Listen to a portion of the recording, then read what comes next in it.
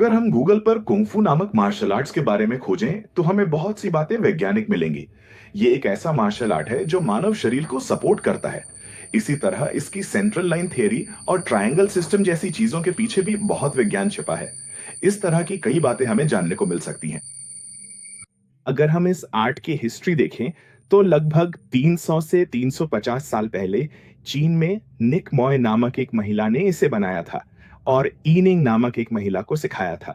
उसके बाद कई पीढ़ियां बीत गईं, फिर ये ब्रूस ली के मास्टर इप मैन तक पहुंचा।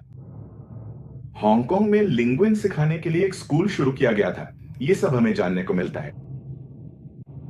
मैं वेंचुन कुंफू स्टाइल की इस आर्ट में आने के बाद कई मास्टर्स के पास जाके ट्रेनिंग की।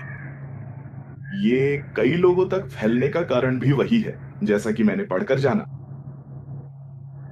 एक पानी के प्रवाह की तरह लड़ना चाहिए, या फिर ब्रूस ली ने कहा था कि अगर आप किसी के साथ लड़ रहे हैं और आपको कठिनाई महसूस हो रही है तो वो कोई स्किल नहीं है। लेकिन मुझे कभी भी लंबे समय तक ट्रेनिंग करने के बावजूद उस एक स्किल तक पहुंचने में सफलता नहीं मिली। ऐसे ही कई दिनों तक इंतजार करने के बाद मैं जर्मनी में स्थित बीडीएस ऑर्गेनाइजेशन के सिफू टोमी लुक के पास पहुंचा। जब मैंने उनकी देखरेख में ट्राई किया, तभी मुझे समझ में आया कि जो मैंने पढ़कर जाना था वो असल में क्या है या प्रैक्टिकली क्या है। ये कैसे होता है या फिर इसकी ट्रेनिंग कैसे की जाती है, ये बात मुझे समझ ना आई। देखिए, किसी को भी पता होगा कि हर मार्शल आर्ट्स की एक जड़ होती है या एक फैमिली ट्री होता है। अगर हम वीडी का फैमिली ट्री देख लें तो हमें समझ में आ जाएगा। इसमें उनके 11 से लेकर 2 तक के स्टूडेंट्स उनके अधीन एक लाइन में थे, और इसी तरह ऐसे ही मास्टर्स के अंडर में सिफू टॉम भी जुड़े हुए थे। हेलो, ये सिफू है और मुझे आज आपसे बात करके खुशी हो रही है। मुझे ये भी खुशी है कि मेरे students Sifu ji, skies, rocking, weighing on the way इसे मेरी संस्था के भीतर सिखा रहे हैं। वेइंग ऑन इंटरनेशनल से लेकर इंडिया तक। और मैं सच में आप सभी से किसी दिन किसी सेमिनार में व्यक्तिगत रूप से मिलने के लिए उत्सुक हूँ। आप जानते हैं, जब आप इतने लंबे समय तक पढ़ाते और ट्रेनिंग देते हैं तो जाहिर है कि आप बहुत सारे लोगों से मिलते हैं और आपको कई तरह के किरदारों से सामना होता है। इन किरदारों में से कुछ खास होते हैं और मुझे सच में खुशी है कि मुझे सीजीएम से मिलने का मौका मिला, जिन्होंने मुझे कुवैत आमंत्रित किया था ताकि मैं वहां अपना पहला सेमिनार ले सकूं। तब से लेकर अब तक हमारे बीच एक शानदार साझेदारी रही है और मैं सच में आगे भी इसे और मजबूत करने के लिए उत्सुक हूं और उम्मीद करता हूं कि आप लोग और भारत भी, आप सभी ने बहुत मेहनत की है और मैं आप सबसे जल्द मिलने के लिए उत्सुक हूं। बहुत सारे नेशनल आर्ट से जुड़े रहने और बहुत सारे दोस्तों से बात करने के दौरान मुझसे जो एक सवाल सबसे ज्यादा पूछा जाता है वो है, एक एनर्जेटिक अटैक आने के बाद विंग चुन में हम जो पास कहते हैं, क्या वो बन सकता है या फिर वो टांस बनेगा या बोंग बनेगा? ये सब कैसे काम करता है ये आपको पता होगा। इंग्स्यून दाओ फॉर्म या लाइटली आइडिया फॉर्म कहा जाने वाला ये फॉर्म ही विंग चुन की पूरी डिफेंस और ड्रैगिंग सिस्टम का एक मुख्य हिस्सा या पैटर्न है। तो इस पैटर्न में हर कोई क्या करता है? अब आपको पता है कि ये पैटर्न टांस बनेगा या नहीं, या फिर ये कौन सी पोजीशन है, या फिर इसे पाकसाओ कहा जाएगा, जिसे स्लैपिंग हैंड भी कहते हैं। अगर आप यूट्यूब पर देखेंगे तो आपको यही देखने को मिलेगा। एक व्यक्ति अटैक कर रहा है, पास होगा या इसे रोक दिया जाएगा, ईमेल की तरह वापस भेजा जा सकता है। या फिर कोई व्यक्ति अटेंड करता है, डांस नहीं करता, इसीलिए ब्लॉक करने की कोशिश करता है और ईमेल की तरह अटैक करता है। तो मेरा एक सवाल है, जब कोई व्यक्ति बहुत एनर्जेटिक होकर अटैक करता है तो क्या हम इसे डिफेंड कर सकते हैं, या फिर इस एक पैक के साथ सामने वाले की एनर्जी के खिलाफ हम उल्टी एनर्जी दे सकते हैं? क्या हम इसे डिफेंड कर सकते हैं? कभी भी नहीं कर सकते, क्योंकि खासकर अगर आप थोड़े और फिजिकली फिट भी हैं तब भी आप इसे बीट नहीं कर सकते। तो इंसान का पास क्या है या फिर ये डांस क्या है? मैंने जो ये 2 उदाहरण दिए, ये कैसे काम करते हैं? मान लीजिए मेरे हाथ में एक छड़ी है, कोई मुझ पर अटैक करता है, तो मैं उस अटैक करने वाले व्यक्ति को, क्या मैं इस छड़ी से उस हमले को रोकने की कोशिश करूंगा, या फिर उस हमलावर को अपने बचाव के लिए उसके सिर या शरीर पर हमला करने की कोशिश करूंगा? अगर हम तर्क से सोचें तो हमें साफ समझ आ जाएगा कि निश्चित रूप से मैं उस व्यक्ति के सिर या शरीर पर हमला करने की ही कोशिश करूंगा। यही चीज वेंचल में भी होती है। आप देखिए, जब एक हमला आता है तो हम छड़ी से वार करते हैं, ठीक वैसे मैं इसके अंत में डिफेंड करने की कोशिश कर रहा हूं। इसका मतलब है कि सबसे तेज और ताकतवर हमले के अंत में मैं उसे डिफेंड करने की कोशिश कर रहा हूं। मैं अपनी ऊर्जा का इस्तेमाल करके और अपनी ऊर्जा के खिलाफ इसका सामना करने की कोशिश कर रहा हूं। तो यहाँ क्या होगा, मेरे सामने जो है, अगर मेरा प्रतिद्वंदी थोड़ा ज्यादा स्वस्थ है तो निश्चित रूप से ये बहुत मुश्किल होगा। तो अभी मैंने जो शब्द कहा वहां सीधा विपरीत है, क्योंकि मुझे मुश्किल महसूस हुई, है ना? तो अब पैंस के बारे में देखते हैं। ट्रांस ही हो रहा है। सबसे आखिर में या फिर मेरे इस अटैक के अंत में मैं इसे डिफेंड करने की कोशिश कर रहा हूं। कभी भी पॉसिबल नहीं है।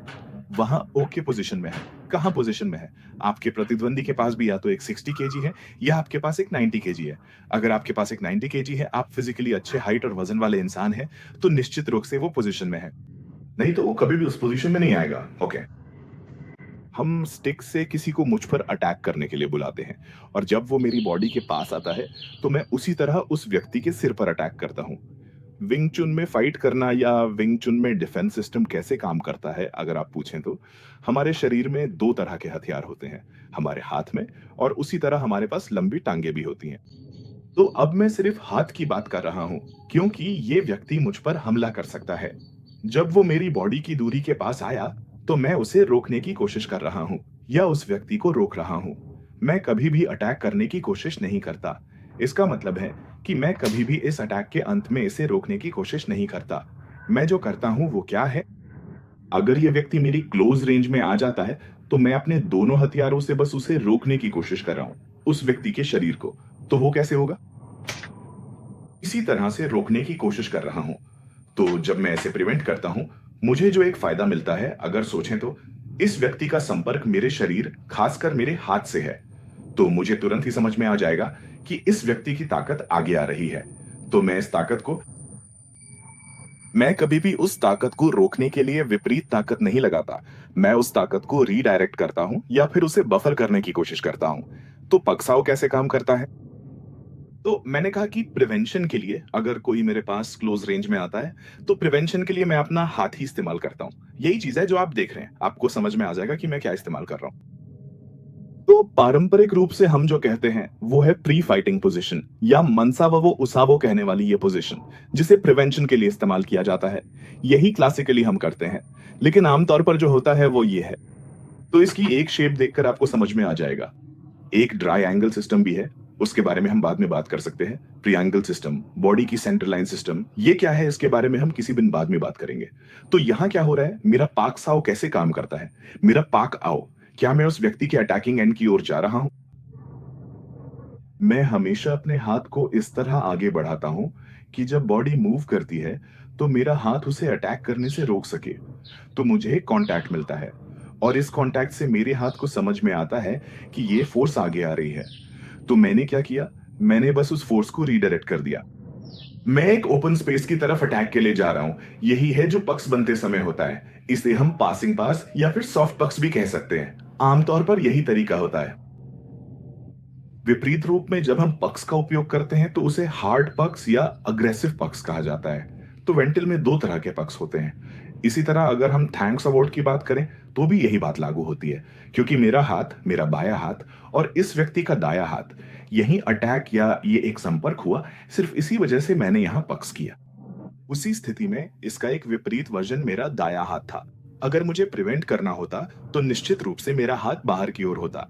मुझे संपर्क तब मिलता है जब इस व्यक्ति की ऊर्जा आगे की ओर आती है और वो मेरे बाहर की ओर या मेरी कोहनी पर महसूस होती है। तो मैं उस कोहनी को मोड़कर इस फोर्स को बफर करूंगा, जिससे मुझे वापस अटैक करने का भी मौका मिलेगा। आप खुद समझ जाएंगे कि ये एक पोजीशन क्या है या फिर क्यों हाथ को इस एक पोजीशन में रखना है। हाथ आना सिर्फ एक कारण नहीं है, आप इसे जानते हैं। जब हम इस तरह अटैक करते हैं तो हम इस पोजीशन में विपरीत ऊर्जा देते हैं। अगर आप इसकी ताकत को रोकने की कोशिश करेंगे तो वो कभी भी काम नहीं करेगा। जैसा कि मैंने पहले कहा था, जब मेरा हाथ या जब मैं प्रिवेंट करता हूं, मेरा हाथ आगे जाता है, या जब मैं इस पोजीशन में जाता हूं, जब मुझे कोई संपर्क मिलता है, तभी मैं इसे बफर करता हूं या इस ऊर्जा को वापस भेजता हूं, जैसा कि मैंने कहा था। तो अगर कोई पूछे कि पहला सवाल क्या है, हम जानते हैं कि फाइट कैसी होती है। ये बहुत तेज और बहुत एनर्जेटिक तरीके से होती है। इसी के बीच में क्या हम सही तरीके से इस संपर्क को महसूस कर सकते हैं? क्या हम इसके अनुसार प्रतिक्रिया भी कर सकते हैं? बिल्कुल कर सकते हैं। इसके लिए कुछ सेंसेस होते हैं, उनमें से एक सेंस मैं आपको दिखा सकता हूं। देखिए, जैसा कि मैंने पहले कहा था, अगर कोई ट्रायंगल शेप या प्रतिद्वंदी इस व्यक्ति की दूरी से क्लोज डिस्टेंस की ओर मूव कर रहा है, तो तुरंत ही ऐसे सोचिए कि उसके हाथ में इस तरह की एक शील्ड है। तो जब मैं अभी यहाँ अटैक करता हूं, तो ये शील्ड इसे डिफेंड करती है या फिर एक कांटेक्ट बनता है? हमारी त्वचा को तुरंत ही ये पहचान में आ जाता है। तो अब क्या हो रहा है? यहां मेरी ऊर्जा के अनुसार ये व्यक्ति अपनी कोहनी की ओर फोल्ड करता है या फिर इसे बफर करता है। अगर तुरंत पहचान ना हो, तो ये हाथ बिना किसी संपर्क के मूव करता है। तो यहां क्या हो रहा होगा? चलिए हम इस सेंसर्स को भी ऐसे ही देखते हैं।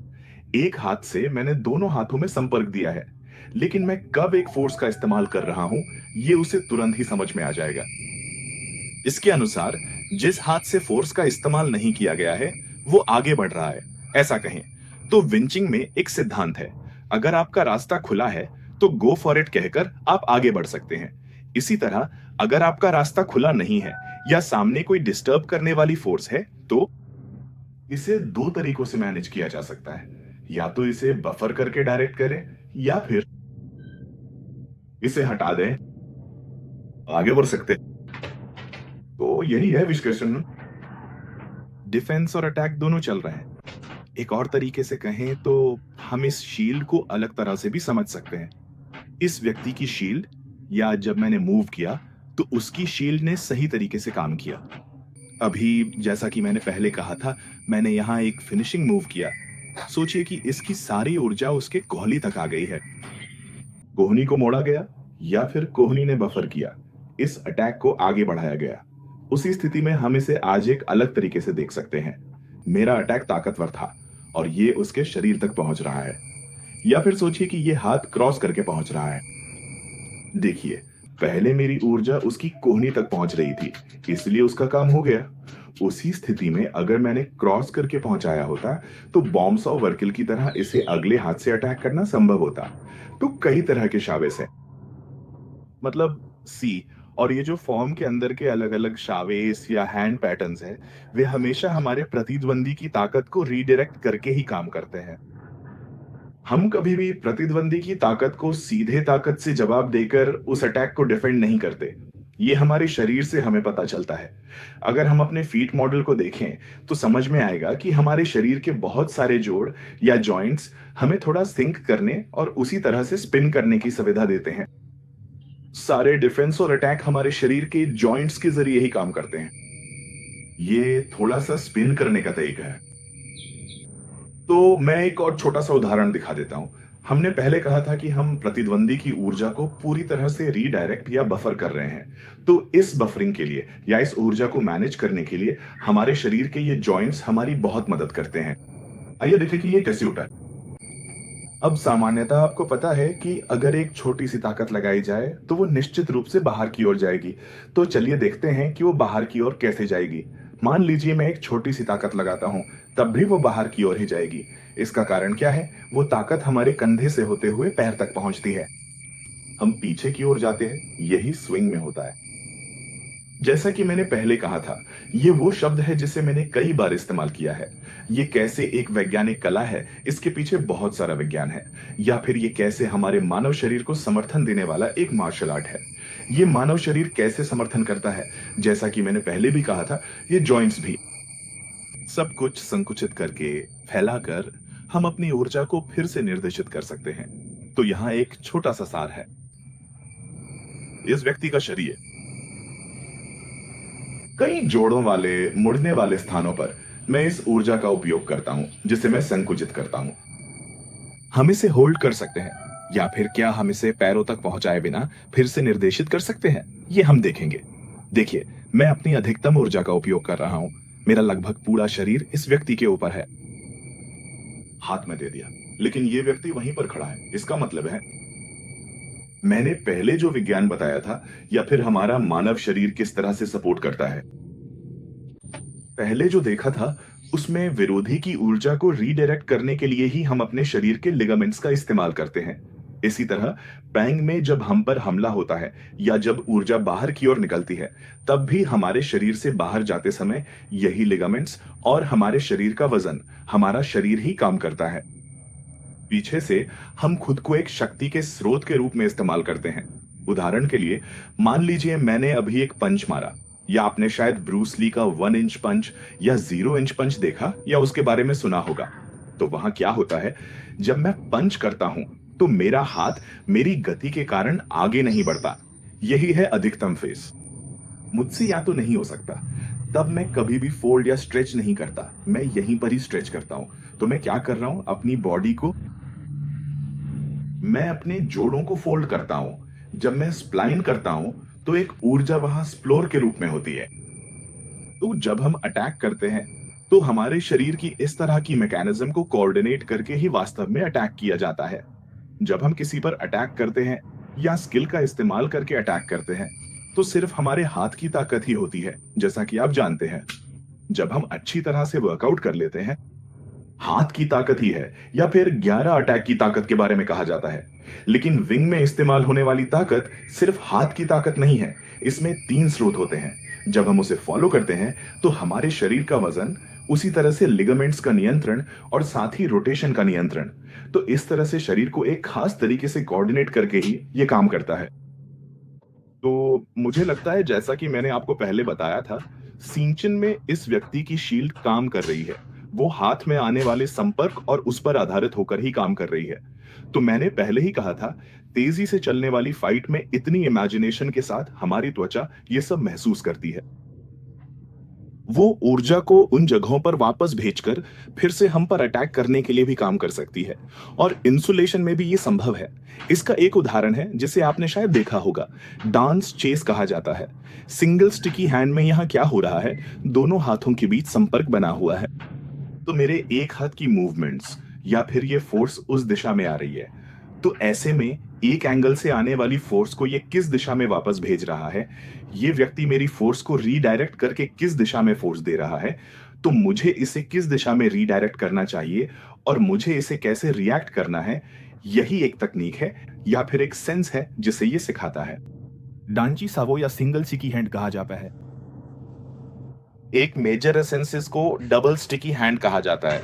हम 111 साइड या एक हैंड वर्क्स लेफ्ट और राइट दोनों में प्रैक्टिस करते हैं, और जब हम वो 11 सेंसेस करने वाली एक स्किल को डेवलप कर लेते हैं, उसके बाद ही हम दोनों राइट और लेफ्ट को अलग अलग तरीके से मूव कर सकते हैं। चीज आओ करने को ही डबल स्टिकी हैंड कहा जाता है। तो ये बहुत तेजी से होने वाली एक चीज है। तो हम जाने अनजाने में ही हमारे या फिर विरोधी की एनर्जी कहां से आ रही है और किस दिशा में जा रही है, ये हम इसी एसेंसेस के जरिए समझ पाते हैं। जैसे कि जिस एसेंसेस की बात की जा रही है, वैसे ही और भी बहुत सारे एसेंसेस होते हैं। जैसे आपने कभी कभी हैंड रिलीजेस के बारे में सुना होगा, या फिर उसे नुसाओ, दांजी, साओ, ऐसे कई नामों से विंग चुन में बहुत सारे एसेंसेस होते हैं। इन एसेंसेस के जरिए हमें क्या मिलता है, जैसे जब कोई हमला करता है तो हमारे हाथ अपने आप उस व्यक्ति के हाथ से संपर्क करते हैं, या उसी हाथ से उसके हाथ को फील करते हैं, या फिर पलटकर अटैक करने के लिए हमारे हाथ अपने आप समझकर रिएक्ट करते हैं। मैंने विंग चुन में हाथों की मूवमेंट्स के बारे में एक और सवाल सुना है। 70% तक दिमाग एक तरफ होता है, बाकी 30% दूसरी तरफ। उसमें से 1% में इधर उधर थोड़ा सा फर्क हो सकता है। लेकिन मैं जो कहना चाहता हूं वो ये है कि कभी भी ऐसा नहीं है। जैसे हमने हाथों के बारे में कहा, वैसे ही कुछ प्रिंसिपल्स और मूवमेंट्स होते हैं। और देखिए, हमारे किक्स भी हमारी स्थिति के अनुसार होते हैं। या फिर साफ तौर पर कहें तो जब कोई विंग चुन में निपुण व्यक्ति फाइट करता है, तो वहां जो तकनीकें मैं इस्तेमाल करता हूं वे मेरी पसंद की तकनीकें नहीं होंगी। मैं जो भी इस्तेमाल करता हूं वो मेरे विरोधी की चाल के अनुसार अपने आप एक ऑटोमेटिक रिफ्लेक्स की तरह काम करेगा। इसके लिए वीडियो भी है। अगर आपको विंग चुन के बारे में कोई भी संदेह या कोई सवाल है तो कृपया हमारे कमेंट बॉक्स में सबसे पहले मेंशन करें। मैं जरूर कोशिश करूंगा कि अपनी अगली वीडियो के जरिए आपको उस पर पूरी स्पष्टता दे सकूं।